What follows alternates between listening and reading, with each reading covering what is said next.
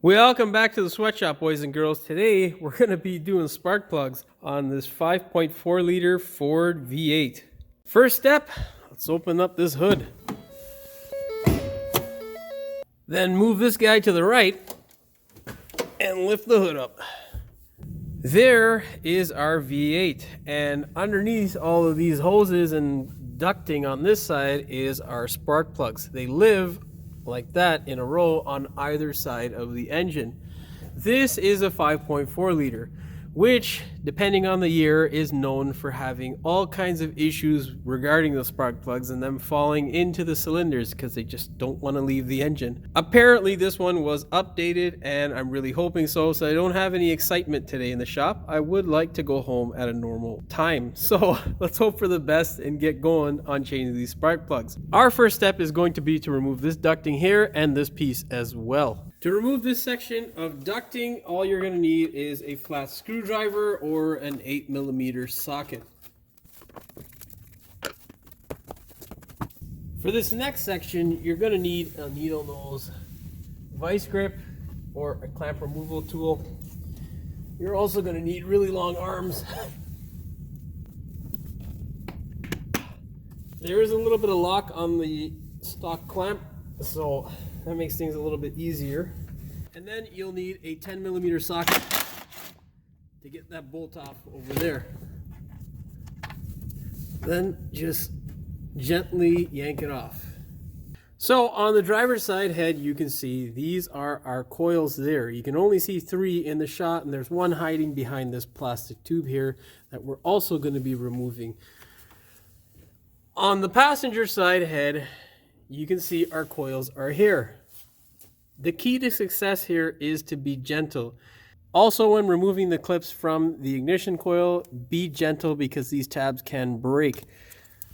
They're not overly hard and not something you got to be aggressive with. You'll need a 7mm socket to get those off if memory serves me correctly. Again, be gentle with those. Our next step here is going to be to blow out all the crud and debris in and around this section on all 8 cylinders, so that when we pull the coil plugs out, we don't have any crap going into the hole. You can stuff the intake tube, and most importantly on this side, don't stuff it with a piece of cloth, just tape it off, because there is this sensor here, which is an arm and a leg as far as I can remember, and you don't want to get any debris on it. So be sure to tape this off. And now let's blow all that crap out of there. Oh God. Oh God. A good idea would be to have safety glasses on or a mask. Go have some water or have a coffee break. Let all this dust settle. Now, the key to success with removing the spark plug is essentially being as gentle as possible. You don't want to be overly aggressive with anything, because if you break something, you're going to be in a world of hurt. These parts here have been on for a while, so they can become quite brittle. What you want to do is just be gentle with the connectors. They should come off nice and easy. Squeeze the tab here up at the top and then just wiggle it and it should come free. The next thing you want to be careful about is the 7mm bolt that holds the coil in. If it feels like it's going to break, spray some penetrating oil. Hopefully that helps you. If it does break, you're kind of screwed. Most of the time they come out relatively easy. Sometimes they can be a nightmare.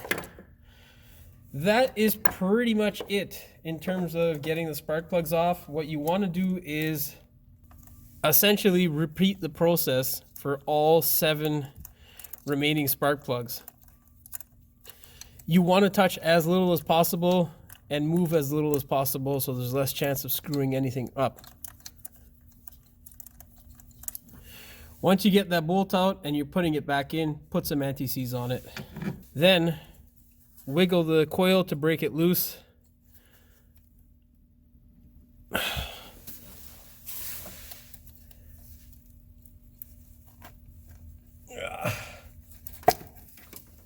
Essentially, what holds it stiff inside of the bore of the cylinder head is all that crud and dust that builds up over time.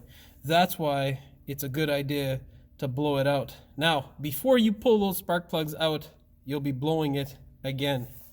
Now, once you blow it out, you get your 14mm spark plug socket or just a regular 14mm socket and crank it loose, but nice and slowly, and keep it as straight as possible. I hope that this is the updated Ford and that I don't have a spark plug that falls off in there, but let's see.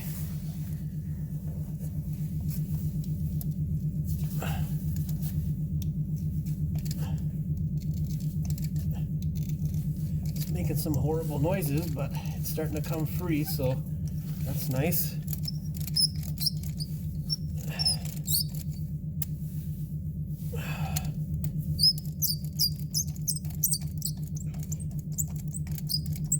Just be really gentle. Don't be too quick to get these out because you'll regret it if something goes wrong.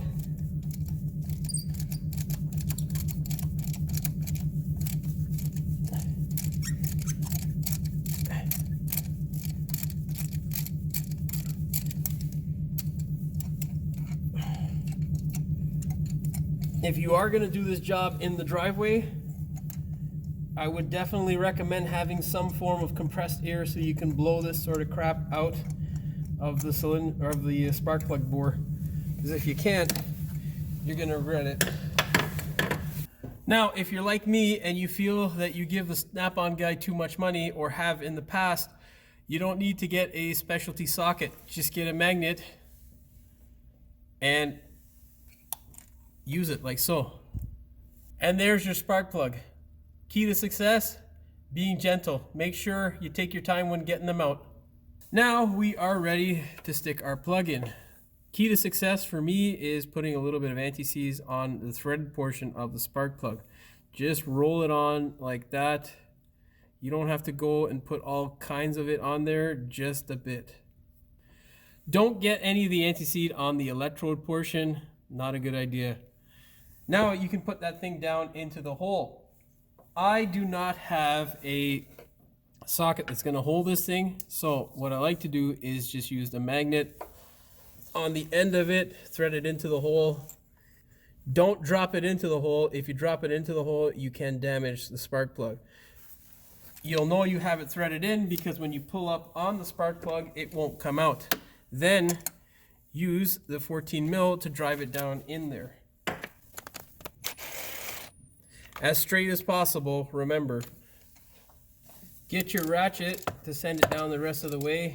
What you'll do, or what you'll feel, is as you're turning it down, you'll feel it kind of come up to a point where it won't move very much anymore, and it's kind of snug. On the Ford plug, there is no washer, so there's nothing to crush. The torque specification for this particular vehicle is 8.8 foot-pounds or 12 Newton meters. Essentially, to me, it feels a little bit on the loose side, so I'm going to go with a 1/8 turn. And once you feel it kind of seat down there nicely, you're good to go. You can do it with a torque wrench if you feel more comfortable. Make sure to look up the appropriate torque spec for your particular vehicle because there are many variations of this same motor by Ford. So don't take this one as gospel. Make sure you look up the proper spec for your particular vehicle. So once you put your first plug in, the next thing to do is to repeat that process 7 times. It is a little bit more challenging on the other side head. There's a lot more stuff in the way, so it's a little bit more of a tedious thing to do, but not impossible. Just remember, use your compressed air to get rid of all the crud and crap that may be sitting around the boot, and take your time with it. I'm going to go ahead and complete the other 7, and then I'll show you what to do before you put those coils back in. Now, before you put those coils back in, what you want to do is, again, blow the holes out. Do them individually and then install the coil. Do not blow all 4 out and then install each coil. Blow them out individually, one by one, and then install the coil.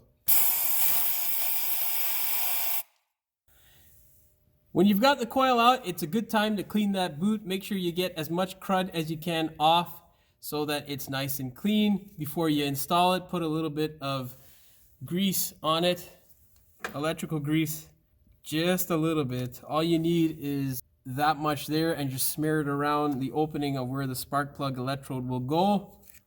You should end up with the result like that. And then put it in the hole. Don't force it. If there is something in the way, take it out again and inspect it. And try your best for the boot not to touch any of the caked on dirt, because if your luck is anything like mine, you'll definitely have some of that fall into the hole to humbug your life. Remember, with this bolt, do not over torque it. Take your time and just hand tight is fine. I think the actual torque spec is like 5 foot-pounds or something like that, so no need to go crazy. It wouldn't hurt to put some anti-seize on that either, but in our case, we've got some ones that are completely rotted, so we're going to be replacing them. That's that. Put your connector back in place, and there you go. That's it. Once you do it a total of 8 times, you are now done. Once you have all your spark plugs and coils back in the hole, don't forget to pull the cloth and the tape off your intake work, and then you can put your duct back. Use your vice grip to get this clamp unseated.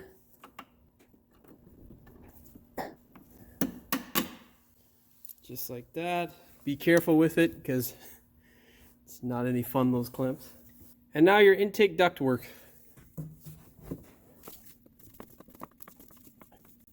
That's that. That's how you do spark plugs on a 2010 Ford F-150 with a 5.4 liter. Now, all you gotta do is hit that like button, share, and subscribe. And don't forget to hit the notification bell so you never miss one of my new videos. We will see you in the next one.